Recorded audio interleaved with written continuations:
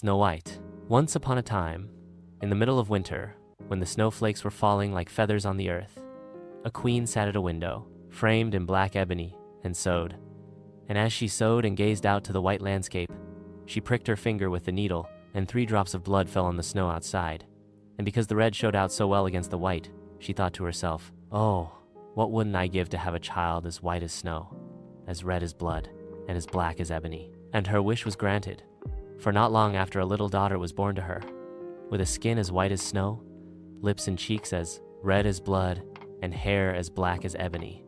They called her Snow White, and not long after her birth, the queen died. After a year, the king married again.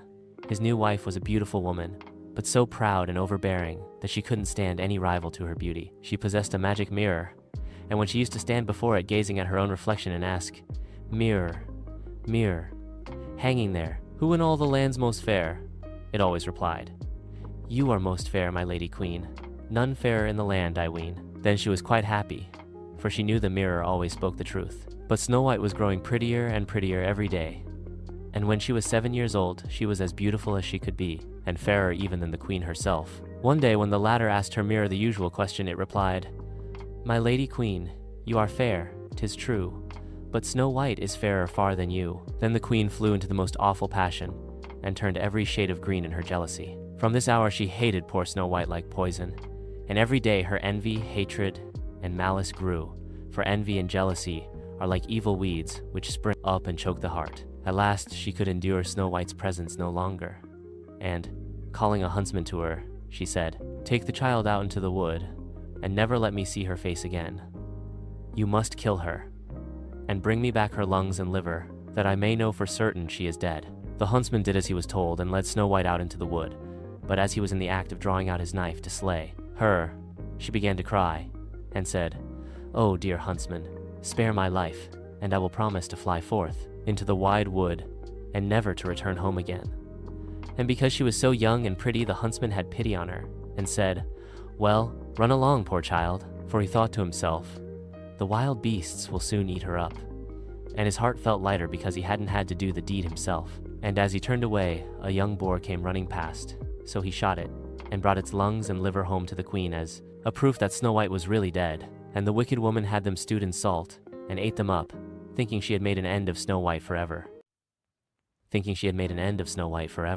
Now when the poor child found herself alone in the big wood, the very trees around her seemed to assume strange shapes, and she felt so frightened she didn't know what to do. Then she began to run over the sharp stones, and through the bramble bushes, and the wild beasts ran past her, but they did her no harm. She ran as far as her legs would carry her, and as evening approached, she saw a little house, and she stepped inside to rest. Everything was very small in the little house, but cleaner and neater than anything you can imagine. In the middle of the room there stood a little table, covered with a white tablecloth, and 7 little plates and forks and spoons and knives and tumblers. Side by side against the wall there were 7 little beds, covered with snow-white counterpanes. Snow White felt so hungry and so thirsty that she ate a bit of bread and a little porridge from each plate, and drank a drop of wine out of each tumbler.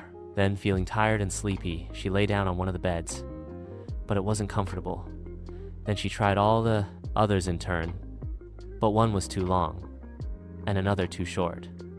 And it was only when she got to the 7th that she found one to suit her exactly. So, she lay down upon it, said her prayers like a good child, and fell fast asleep.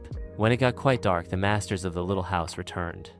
They were 7 dwarfs who worked in the mines, right down deep in the heart of the mountain. They lighted their 7 little lamps, and as soon as their eyes got accustomed to the glare, they saw that someone had been in the room, for all was not in the same order as they had left it. The first said, "Who's been sitting on my little chair?" The second said, "Who's been eating my little loaf?" The third said, "Who's been tasting my porridge?" The fourth said, "Who's been eating out of my little plate?" The fifth said, "Who's been using my little fork?" The sixth said, "Who's been cutting with my little knife?" The seventh said, "Who's been drinking out of my little tumbler?" Then the first dwarf looked round and saw a little hollow in his bed, and he asked again, "Who's been lying on my bed?" The others came running round and cried when they saw their beds. The others came running round and cried when they saw their beds, "Somebody has lain on ours too." But when the 7th came to his bed, he started back in amazement, for there he beheld Snow White, fast asleep. Then he called the others, who turned their little lamps full on the bed, And when they saw Snow White lying there, they nearly fell down with surprise. "Goodness gracious," they cried. "What a beautiful child." And they were so enchanted by her beauty that they did not wake her, but let her sleep on in the little bed. But the seventh dwarf slept with his companions 1 hour in each bed, and in this way he managed to pass the night. In the morning, Snow White awoke, but when she saw the 7 little dwarfs, she felt very frightened. But they were so friendly and asked her what her name was in such a kind way that she replied, "I am Snow White." "Why did you come to our house?" continued the dwarfs. Then she told them how her stepmother had wished her put to death, and how the huntsman had spared her life, and how she had run the whole day till she had come to their little house. The dwarfs, when they had heard her sad story, asked her, "Will you stay and keep house for us, cook, make the beds, the washing, sew, and knit? And if you give satisfaction and keep everything neat and clean, you shall want for nothing." "Yes," answered Snow White, "I will gladly do all you ask." And so she took up her abode with them. Every morning the dwarfs went into the mountain to dig for gold, and in the evening, when they returned home, Snow White always had their supper ready for them. But during the day the girl was left quite alone, so the good dwarfs warned her, saying, "Beware of your stepmother. She will soon find out you are here, and whatever you do, don't let anyone into the house." Now the queen, after she thought she had eaten Snow White's lungs and liver, never dreamed but that she was once more the most beautiful woman in the world. So stepping before her mirror one day, she said, "Mirror, mirror, hanging there, who in all the land's most fair?" And the mirror replied, "My lady queen, you are fair, 'tis true, but Snow White is fairer far than you. Snow White, who dwells with the 7 little men, is as fair as you, as fair again." When the queen heard these words, she was nearly struck dumb with horror, for the mirror always spoke the truth, and she knew now that the huntsman must have deceived her, and that Snow White was still alive. She pondered day and night how she might destroy her, for as long as she felt she had a rival in the land, her jealous heart left her no rest. At last she hit upon a plan. She stained her face and dressed herself up as an old peddler wife, so that she was quite unrecognizable. In this guise, she went over the 7 hills till she came to the house of the 7 dwarfs. There she knocked at the door, calling out at the same time, "Fine wares to sell, fine wares to sell." Snow White peeped out of the window and called out, "Good day, mother. What have you to sell?" "Good wares, fine wares," she answered, "laces of every shade and description." And she held one up that was made of some gay, colored silk. "Surely I can let the honest woman in," thought Snow White. So she unbarred the door and bought the pretty lace. "Good gracious, child," said the old woman, "what a figure you've got. Come, I'll lace you up properly for once." Snow White, suspecting no evil, stood before her and let her lace her bodice up. But the old woman laced her so quickly and so tightly that it took Snow White's breath away, and she fell down dead. "Now you are no longer the fairest," said the wicked old woman, and then she hastened away. In the evening the 7 dwarfs came home, and you may think what a fright they got when they saw their dear Snow White lying on the floor, as still and motionless as a dead person. They lifted her up tenderly, and when they saw how tightly laced she was, they cut the lace in 2, and she began to breathe a little, and gradually came back to life.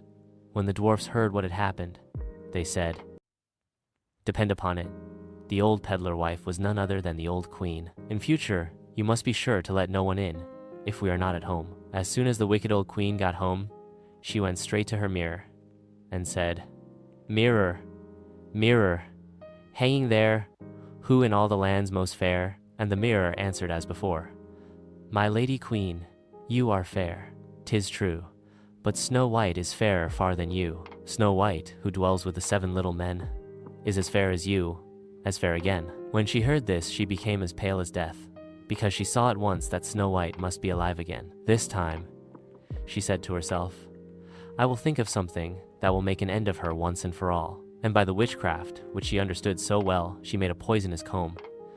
Then she dressed herself up and assumed the form of another old woman. So she went over the 7 hills till she reached the house of the 7 dwarfs, and knocking at the door she called out, "Fine wares for sale." Snow White looked out of the window and said, "You must go away, for I may not let anyone in." "But surely you are not forbidden to look out," said the old woman, and she held up the poisonous comb for her to see. It pleased the girl so much that she let herself be taken in, and opened the door. When they had settled their bargain, the old woman said, "Now I'll comb your hair properly for you, for once in the way." Poor Snow White thought no evil, but hardly had the comb touched her hair than the poison worked and she fell down unconscious. "Now, my fine lady, you're really done for this time," said the wicked woman, and she made her way home as fast as she could. Fortunately, it was now near evening, and the 7 dwarfs returned home. When they saw Snow White lying dead on the ground, they at once suspected that her wicked stepmother had been at work again.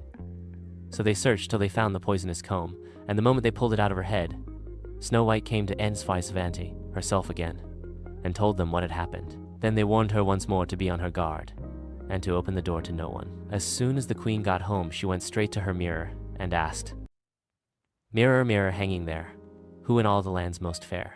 And it replied as before, "My lady queen, you are fair, 'tis true, but Snow White is fairer far than you.